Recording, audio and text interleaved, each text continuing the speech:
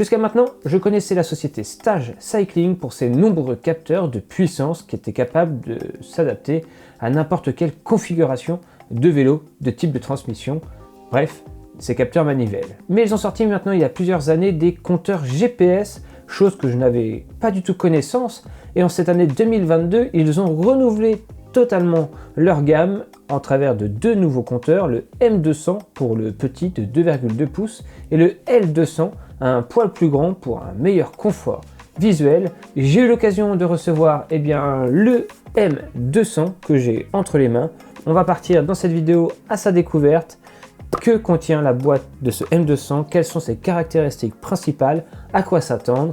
Et dans une seconde vidéo, on passera à son test. Allez, c'est parti!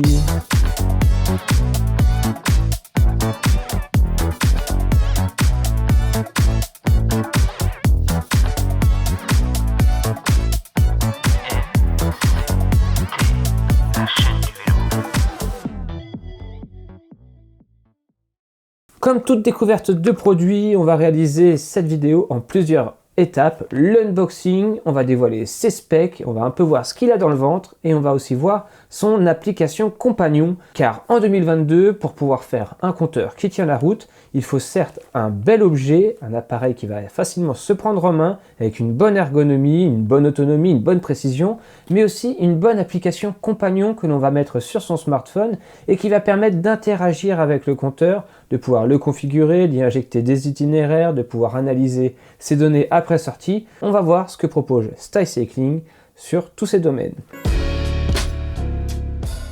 À l'ouverture de la boîte, on découvre bien sûr le compteur, on y reviendra tout à l'heure, et en dessous on retrouve un packaging assez complet avec différents manuels, un montage classique de potence quart de tour avec son jeu d'élastique plus ou moins gros pour pouvoir s'adapter à des potences plus ou moins grosses, et une petite dragonne pour pouvoir l'accrocher au cintre en cas de chute. Un support déporté spécifique à ce compteur, spécifique car on va pouvoir réaliser au support un quart de tour, car oui, ce compteur est utilisable autant en mode portrait qu'en mode paysage. A noter que ce support déporté est compatible uniquement avec les cintres ronds de route. Il n'y a pas de réducteur pour pouvoir venir le placer sur des cintres VTT, c'est vraiment à destination du vélo de route. Et on retrouve un petit câble USB, micro USB pour pouvoir connecter à l'ordinateur son compteur pour recharger sa batterie ou alors communiquer avec l'ordinateur et son compteur.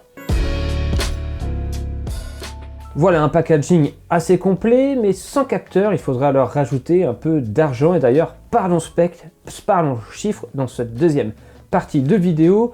Le spec principal, c'est bien sûr son prix, vendu 289 €. Autant vous dire qu'il vient tout de suite se positionner sur les concurrents Garmin Edge 830 ou alors le Wahoo Element Bolt, pour ne citer que. Donc des compteurs qui ont des caractéristiques bien fournies, bien denses, donc on espère que ce compteur réussira vraiment à rentrer dans cette lignée, sinon il va souffrir de la comparaison. Reprenons alors ce petit compteur, car oui, ce compteur est plutôt petit. Il ressemble beaucoup à un Wahoo Element Bolt, je pense qu'il fait plus ou moins les mêmes dimensions, du moins en hauteur et en largeur. En épaisseur, je le trouve un poil plus épais, c'est d'ailleurs peut-être sa caractéristique la moins jolie, c'est son épaisseur. Ça reste quand même un petit format, vous voyez, il tient dans la main, 76 grammes, donc c'est un compteur plutôt light. Alors que retrouve-t-on sur ce compteur? En face avant, on retrouve bien sûr l'écran non tactile de 2,2 pouces et 4 boutons physiques sous un aspect soft, très agréable au toucher et qui, je trouve, sont assez faciles à appuyer avec ces petites encoches. On ne risque pas de se tromper à appuyer sur le mauvais bouton, on ressent très facilement à quel endroit on est du compteur. Sur la partie gauche du compteur, on retrouve le bouton d'allumage, sur la partie gauche, rien de spécifique. En dessous, on retrouve la petite trappe qui va permettre de recharger le compteur avec le micro USB. Et à l'arrière, on retrouve l'emplacement pour mettre la dragonne et bien sûr, pour pouvoir y connecter le support quart de tour. C'est semblable à du Garmin à ce niveau-là, donc ça va être compatible si vous avez déjà un autre support déporté Garmin. Par exemple, ça ira très bien. Donc écran 2,2 pouces non tactile, couleur, on verra qu'il arbore de jolies couleurs qui va vous permettre de vraiment pouvoir déterminer rapidement dans quelle zone d'entraînement vous êtes, dans quelle zone cardio. Ça c'est un aspect très intéressant sur ce compteur. On retrouve à l'intérieur pas mal de capteurs, un altimètre barométrique, un thermomètre, un accéléromètre. Et bien sûr, eh bien, les satellites avec le GPS et le QZSS qui est un système de satellite japonais.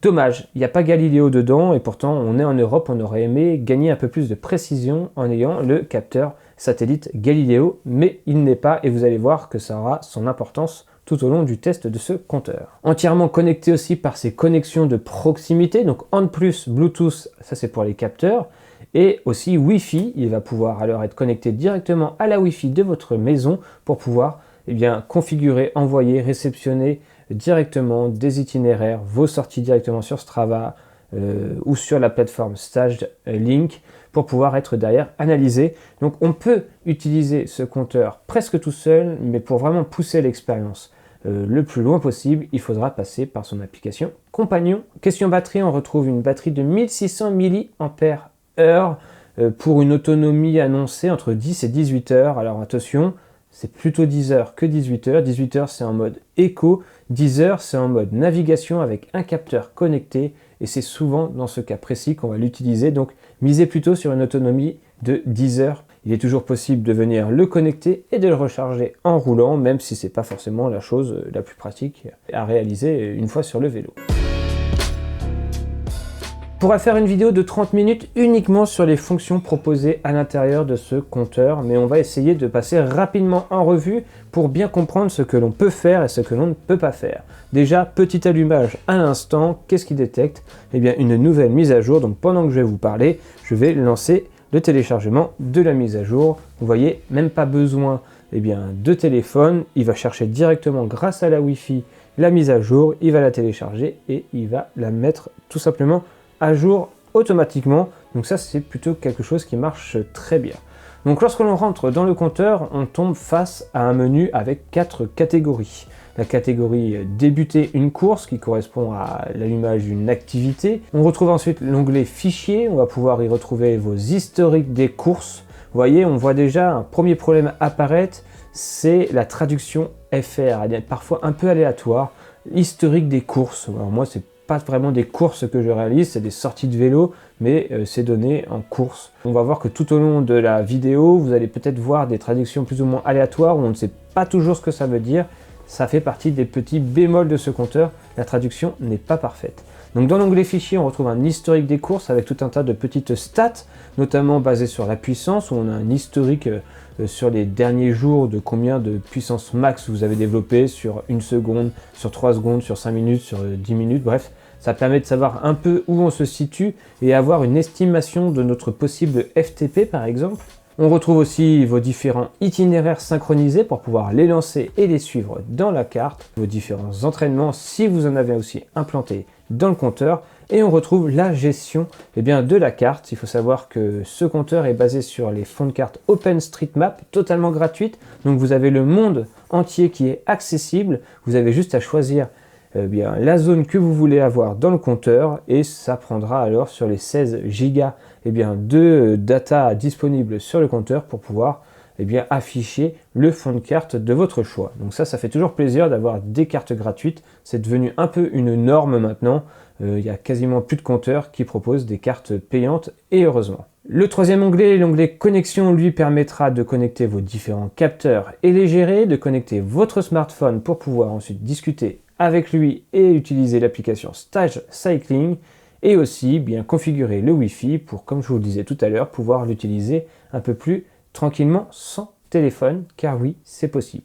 Et le dernier onglet, paramètres. Et là, on pourra en faire des dizaines et des dizaines de minutes à essayer d'arborer tous les paramètres possibles et inimaginables.